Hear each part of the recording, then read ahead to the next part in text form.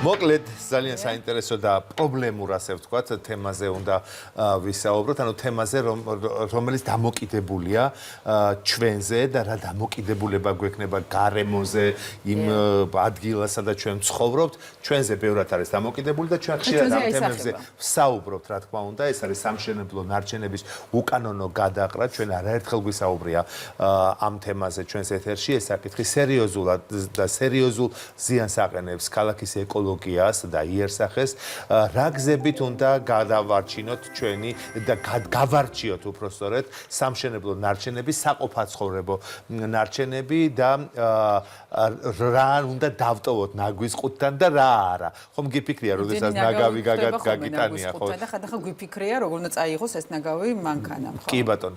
ამისთვის ჩვენ უკვე შემოგვერდა სტუდიაში თბილსერვისის ჯგუფის დირექტორი გიორგი პაპავა, დილამშვიდობისა.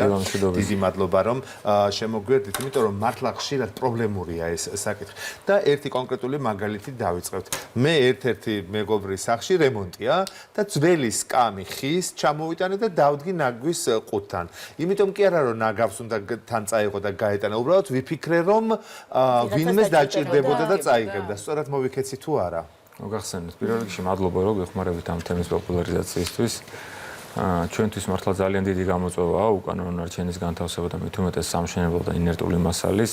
რაც შეეხება კონკრეტულ მაგალითს, ჩვენ გვაქვს ამისთვის სპეციალური პროგრამა, როდესაც მეორადი დაზიანებული ფურნიტურა ან ავეჯი გააჩნია მოსახლეს მიზერულ ფასადს ხრალარად ერთ კუბამდე მოცულობა როდესაც გააჩნია და სკამი ამაში რა თქმა უნდა ჩაჭდება. ფულსაც გავაკეთებდი. პირიქით, თქვენ შეგიძლიათ გამოიძახოთ, თქვენ შეგიძლიათ გამოიძახოთ ჩვენი თანამშრომლები. გეგმიურად წითელ ხაზებში თქვენ სეზოს ტერიტორიაზე ექნება ეს ცხელი ხაზის საშუალებით თუ ვებგვერდის მეშვეობით, როგორც უფრო მომხმარებლისთვის არის კომფორტული, ჩვენი თანამშრომლები მოვლენ ადგილზე და სამი სამუშაო დღის ვადაში მას გაიტანა. ანუ ტელეფონზე სწორად არ მოვიქეცი როცა დავტოვე ნაგვის. თუ თქვენ გნებავთ რომ თქვენი ავეჯი მეორადი გადასცეთ, ასე ვთქვათ, მეორე სიცოცხლისთვის გადამუშავდეს და რამე მისგან დამზადებს, არსებობს ორგანიზაციები, რომელიც ამას იბარებენ. თუმცა თუ ეს არის უკვე ნარჩენი და უნდა გადავაგდოთ, ასე ვთქვათ, იმიტომ რომ მისგან არაფრის შექმნა აღარ შეიძლება, მაშინ ეს არის უკვე მომსახურება, რომელიც უნდა შეიძინოთ და განთავსდეს შესაბამის ადგილზე. არასწორად ავუხსნათ მაინც მაყურებელს როგორ იქცევა ამ შემთხვევაში, იმიტომ რომ მატრასები გვინახავს ძალიან ბევრი ასევე ის კონტეინერებთან, ხო, აყუდებული და ბევრი სკამი, მაგიდა რა ბევრი ნივთი გვინახავს. როგორ იქცევა? ფოტოშორის არიან ადამიანები, ვისაც ეს მიაქვთ და მეორე სიცოცხლეს აღზევდა და მადლობას ერთიან ნაგვის ყუთთან რომ დატოვე ეს ნივთიო და ნახეთ, ანუ თბილისში ძალიან ბევრ ადგილს, სადაც რეაბილიტაციები ხორციელდება და ფიზიკურად გეომეტრია გზის სიძლევა ამის საშუალებას კეთდება მიწისქვეშა ნაგვის ურნები. მიწისქვეშა ურნებს ყველგან აქვს ისეთი დიამეტრის ხელი, რომელთაც ადვილად მივხვდებით, რომ ეს არის საყოფაცხოვრებო ნარჩენის და შიგნ მატრასის ან საწოლის ან მეორადი ხელსაბანის და ფურნიტურის ჩაგდება არ შეიძლება. ასეთ შემთხვევაში გამოდიან მოსახლეობა და მის გარშემო ალაგებენ. ხა წარმოიდგინეთ, როცა ტურისტი ან ჩვენი მოქალაქე გამოდიოართ, ხედავთ ევროპული სხვადასხვა ქვეყნებიდან ჩამოტანილი განათებას, გაჩერებას, სკამებს, ფილებს, რომელიც საქართველოში ნამდვილად არ იწარმოება, მოწესრიგებული, გარეცხელი, გალამაზებული დილის 6 საათზე არის ქალაქი გავწკრიალებული, გამოდიხარ და ხელსაბანი დგას გაჩერების გვერდზე, ხო? როგორ სანახავია? მოდით, აი კიდევ ერთხელ გავმიჩნდეთ ერთმანეთისგან საყოფაცხოვრებო ნარჩენი და სამშენებლო ნარჩენი და რა ტიპის ნარჩენი შედის თითოეულ კატეგორიაში? მყარი ნარჩენი, რომელიც რემონტის შედეგად წარმოიქმნება, ასევე მეორადი ფურნიტურა, ავეჯი, ეს არის თავისთავად არასაყოფაცხოვრებო ნარჩენი, რომელიც არ უნდა მოხდეს საყოფაცხოვრებო ნარჩენის ურნაში. ხო, საყოფაცხოვრებო ურნების გაცვლის დროს მოდის ჩვეულებრივი ნაგამზიდი, რომელიც ამ ურნებს მის, ასე ვთქვათ, ზარაში ანთავსებს, ჭირხნის, პრესავს და ამის შემდეგ მიაქვს პოლიგონზე. როდესაც შიგნით ხდება მყარი ნარჩენი, როგორიც არის მაგალითად ტომრებში ჩამალული შიგნით ბლოკები, ფილები, კრამიტი და ასე შემდეგ. ეს ნაგამზიდი რა თქმა უნდა ცდილობს რომ ის დაპრესოს, დაჭირხნოს, იმიტომ რომ მას მიაჩნია რომ შიგნით აქვს ჩვეულებრივი საყოფაცხოვრებო ნარჩენი და როდესაც მყარი ნარჩენი ხდება, პირველს, მეორეს, მესამეს, ანუ ამ დატვირთვას რა თქმა უნდა უძლებს, თუმცა როცა ეს არის პერმანენტულად, იმიტომ რომ თვითონ ნაგამზიდის სლაგესში არის რაღაც 150-160 урна ზიანდება. რა თქმა უნდა, ეს ნაგამზიდები არის ევროპულ სხვადასხვა ქვეყნებში წარმოებული, მისი ნაწილები საქართველოში საკმაოდ რთულად ჩამოსატანია, ძვირადღირებულია და ის ბიუჯეტი, რომელიც მის აღდგენას ჭირდება, აკლდება ისევ თბილის პროექტებს და ინფრასტრუქტურას, რომელშიც ჩვენ თვითონ ცხოვრობთ. ბატონ გიორგი, რომ დავუბრუნდეთ პირველ შეკითხვას, საქმე რომ გამოვატოთ კომპანიის შემთავაზებას, როგორ იქცევა მოქალაქე, ვებგვერდზე რეგისტრირდება, რეკავს თქვენთან თუ რომ ავუხსნათ? ეს არის ორი საშუალება, ვისაც ინტერნეტი და ელექტრონული ინტერფეისები უფრო კომფორტულად მიაჩნია და ხელმისაწვდომი ამისთვის, ეს არის TBSG.G, ანუ ჩვენი ვებგვერდის მისამართი ფილსერვიჩ ჯგუფი, სადაც აკეთებს როგორც ვიდეო რგოლი არის არეკლამო, რომელიც მიანიშნებს მას თუ როგორ უნდა მიყვეს ინსტრუქციას და ძალიან მარტივად ანახორციელებს რეგისტრაციას. ასევე ეს არის ჩვენი ცხელი ხაზი 61 90 50, სადაც ვისაც არ უნდა რომ ინტერნეტით შეავსოს ან არ აქვს ცნობა კომპიუტერთან, მის მაგივრად ჩვენი ოპერატორი შეავსებს ამ მონაცემებს და საკუთარ წითელ ხაზებში დაალაგებული ნარჩენის სურათს ატვირთავს ან უბრალოდ მოუყვება ტელეფონში სად უდევს, რამდენია, როგორ არის ამის მიხედვით, მივა მას უნიკალური კოდი, განახორციელებს გადახდას და გამოუჩნდება მას ან ტელეფონში დაუდასტურებენ, რომ თქვენი შეკვეთა მიღებულია, შესრულებულია და ჩვენი თანამშრომლები დაგეგმილად მივლენ სპეციალური მანქანით, რომელიც არ არის ჩვეულებრივი ნაგამზიდი, რომელიც არის საყოფაცხოვრებო ნარჩენისთვის, რომელიც არ განზიანდება, ასევე თანამშრომელი მოვა შესაბამისი, რომელსაც აქვს ეკიპირება და ასე ვთქვათ, უნარები, ძალა იმისა, რომ ძიმე ნარჩენი გაიტანოს და შესაბამის ადგილზე განათავსებს და არ მოხვდება იქ, სადაც საყოფაცხოვრებო პოლიგონი. თანხა მაინტერესებს. მოცულობას აქვს თუ არა მნიშვნელობა? წონით როგორ ხდება, როგორ პირველი ყველაზე ნაკლები, ახლა როგორც ვიზახთ ხოლმე, ერთი დივანი, მატრასი, ხელსაბანი, უნიტაზი თუ ასე შემდეგ, 1 კუბამდე რაც არის 0-დან 1 კუბამდე ეს არის 9 ლარი, 1-დან 3 კუბამდე ეს არის 69 ლარი, 3-დან 5 კუბამდე ეს არის 159 ლარი. რეალურად ეს ღირებულება დღევანდელ ბაზარზე არის მიზერი, ვიდრე კერძო კომპანიები ამას თამაზობენ. თუმცა ჩვენი მიზანი არის, რომ ქალაქი იყოს სუფთა და მოწესრიგებული და არა ის, რომ კერძო ბაზარზე შევიდეთ და გადაზიდვებში ვინმეს კონკურენცია გაუწიოთ. ეგ უნდა მეკითხა ზუსტად. აი ამ შემთხვევაში მაგალითად არის მოქალაქე, რომელიც მაგალითად რემონტს აკეთებს ბინაში და რო რეკავს აუცილებლად სადაც განთავსებულია ეს კონტეინერები, იქ უნდა ჩაიტანოს ეს ნაგავი თუ ეს დეტალები. მადლობა, კარგი კითხვაა ნამდვილად. პირველ რიგში თავარია, რომ ნარჩენი რომელიც გვინდა რომ ჩვენ თვითონ გავიტანოთ, ან ვინმეს დაუკეთოთ მისი გატანა, უნდა განვთავაზოთ საკუთარ წითელ ხაზებში. არავითარ შემთხვევაში არ უნდა გამოვიდეს ეს არც განათების ბოძის ქვეშ, არც კორპუსის კუთხეებში, არც საყოფაცხოვრებო ნარჩენის ურნების გარშემო და ასე შემდეგ. საკუთარ ტერიტორიაზე თუ რაიმე მეურნეობა გაქვს, თუ რაიმე რემონტს ახორციელებ, უნდა გქონდეს შენი მარაგები ან პირიქით ნარჩენები დალაგებული და არა ქალაქის ტერიტორიაზე. თუ რემონტს ვაკეთებ, მოვლენ და მესასართულზე. არა, მეცხრე სართულზე თუ გაქვს საკუთარ წითელ ხაზებში უნდა ჩამოიტანოთ ეზოში და სურათოთ, რომ აქ ამ ადგილზე მაქვს ან მოგვიყვეთ ტელეფონში სად გვაქვს ეს განლაგებული კორპუსის გარეთ. წითელ ხაზებში ეზოს ტერიტორიაზე და ჩვენ აუცილებლად მოვალთ და წავიდეთ.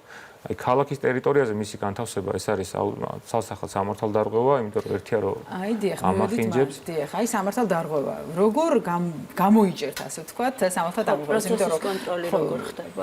კამერები არ არის დამონტაჟებული ყველგან, თავისთავად ვერ დაინახავთ, ხამეჟელება ადამიანი მივიდეს დაყაროს ნაგავი, ახლა დილით და გავიღვიძეთ, თქვა თქვი დალაგებული ყო დაცლილ ნაგავთან, ხდება ძირითადად ესეა ხოლმე ღამის საათებში 12 საათის მერე, როცა დაბნელდება მეზობლებსაც მეტნაკლებად ძინავთ და ფანჯიდან არავინ იყურება, ჩუმად გამოდიან, გამოაქვთ ტომრებში შეფუთული, სინამდვილეში სამშენებლო ნარჩენია და დაალაგებენ ხოლმე ან განათების ბოძის ქვეშ, ან გაჩერებასთან, ან კორპუსის კუთხეში. გამოვლენას რაც შეეხება, ჩვენ ძალიან მჭიდრო თანამშრომლობა გვაქვს როგორც პოლიციასთან, ასევე მუნიციპალურ ინსპექციასთან, შესაბამისად ჩვენი თანამშრომლები დღის განმავლობაში ახორციელებენ პერმანენტულ შემოვლებს ყველა რაიონში მანქანებით, მსუბუქი მანქანებით, რათა აღმოაჩინონ სად რა და როგორ ხდება, ასევე სადაც ხელი და პრობლემური წერტილებია. იქ ჩვენი თანამშრომლები დგანან შესაბამისი აღჭურვილობით, რომ შექმნან ვიდეო მტკიცებულებები, ასევე თუ სადმე გარშემო კერძო ობიექტის ვიდეო სამეთვალყურო სისტემა მიდივართ ხოლმე და უხსნით, რომ ეს ქალაქი მათიც არის, ჩვენიც არის, შესაბამისად მათივე ობიექტისაც კარგი იქნება თუ გარშემო იქნება წესრიგი და სისუფთავე, ვიღებთ ვიდეო კადრებს და შემდეგ ამ ყველა დოკუმენტაციას გადავცემთ მუნიციპალურ ინსპექციას. და შემდეგ ყოფილა პრეცედენტი, რომ დაუჯარიმებიათ ადამიანი, იგივე დედაქალაქის მასშტაბით ვიღებთ. ყოველდღიურად დაჯარიმების ფაქტი 30-40-ს აჭარბებს, საკმაოდ ანუ ხშირია ეს შემთხვევები. საკმაოდ ხშირია ეს შემთხვევები, ასევე ძალიან ხშირი არის ქსელური მაღაზიები, რომლებსაც არ უნდათ რომ თავიანთ ნარჩენს თვითონ უპატრონონ და თანამშრომლები ხშირად იხდიან ფორმას ქსელური მაღაზიის რომ ეგ და ანუ ვიღაში აქვე რომ დავაკეთო არა ქსელურ მაღაზიებზე უნდა ვიკითხო. ხუთებიდან რომ პროდუქტს გადაალაგებენ დახლებზე, დაუკეცავი ხუთებით სავსე არის რომ ნაგვის ხუთში მერე ადგილი აღარ არის. ამას არავინ არ აჯარებებს, მე ერთ რამდენიმე მისამართს მოგცემ. კი, რა თქმა უნდა, ახეთ ეს მუყავს ხუთებზე როცა არის საუბარი, ყველა ვალდებულია რომ უყავს ხუთები, მათ შორის მოსახლეც ხა, როდესაც როდესაც ჩვენ ჩამოდივართ და შევიძენთ მაცივარს ან ტელევიზორს, თუ მას განვათავსებთ საყოფაცხოვრებო ურნაში, ერთმა მოსახლეობამ ერთი ყუთი ჩადოს, ურნა სავსეა და ჩვენ შიგნით და მეზობლები ვეღარ ჩაგვიდიან შიგნით ნარჩენს, ხო? ამიტომაც ყველას გვაქვს ვალდებულება იურიდიულ თუ ფიზიკურ პირს, როდესაც რაღაცას შევიძენთ, ეს ყუთები უნდა დავკეცოთ, დავჭრათ, მოვათავსოთ ისე, რომ რჩებოდეს ადგილი სხვამაც რო ისარგებლოს ურნით. გარდა ამისა, პლასმასის ხის ურნები, როდესაც არის, ეს უკვე საწარმოო ნარჩენია, რომელსაც წარმოქმნიან ორგანიზაციები და თავად უნდა უპატრონონ, ან გადაამუშავონ, ან გაყიდონ, ან მომსახურება იყიდონ. გადაცემის მერე ეს ნაწილი უნდა ამოვჭრა, ტელეფონში უნდა მქონდეს და მითხარით, ჩემი სახლის ქვეშ მაღაზიას უნდა ვაჩვენო. რამდენი დაჯარიმდება თუ ყუთი დაკეცილი არ არის და ისე ყურებს. იურიდიული პირის შემთხვევაში პირველი ჯარიმა იწყება 1000 ლარიდან, ასევე ეს დამოკიდებულია ფიზიკური პირები 500 ლარიდან, ასევე დამოკიდებულია რა ტიპის ნარჩენი აქვს და პლუს რა ზიანს ქმნის. სახლის მისამართი შემდეგ გეტყვით, რეკრეაციულ ზონებშიც ხშირად გვხდება, ხო, ეს ნარჩენები. აი, ყველაზე დიდი პრობლემა სად არის ახლა და რომელ უბნებში ფიქსირდება ყველაზე მეტად აი ეს დარღვევები. ნახევრად ხუმრობით უნდა ვთქვათ, რომ გლდანი არის, ასე ვთქვათ, აუღებელი ციხესიმაღლე. ორ კვირაში ერთხელ შევდივართ, სადღაც 150 პერსონალი ცოცხალ ძალას გულისხმობ, ძიმე ტექნიკა, სატვირთოები, ექსკავატორები, რომ გავიტანოთ სამშენებლო ნარჩენი, რომელსაც ისინი ანთავსებენ ან გზაგამყოფებში, ან გამწვანებულ სივრცეებში. ყველაზე რთული არის აი ქარიანი ადგილი, მაგალითად თბილისის ზღვის გარშემო, აი ხან ბევრი მისადგომი აქვს, თუ სადმე რემონტები ხორციელდება და ვინმე ქირაობს, ასე ვთქვათ, შავ ბაზარზე კომპანიებისგან გატანას, ამ კომპანიებს პოლიგონზე არ შეაქვთ მომსახურება, მიუხედავად იმისა, რომ ერთი მანქანა სულ რაღაც 15 ლარი ჯდება.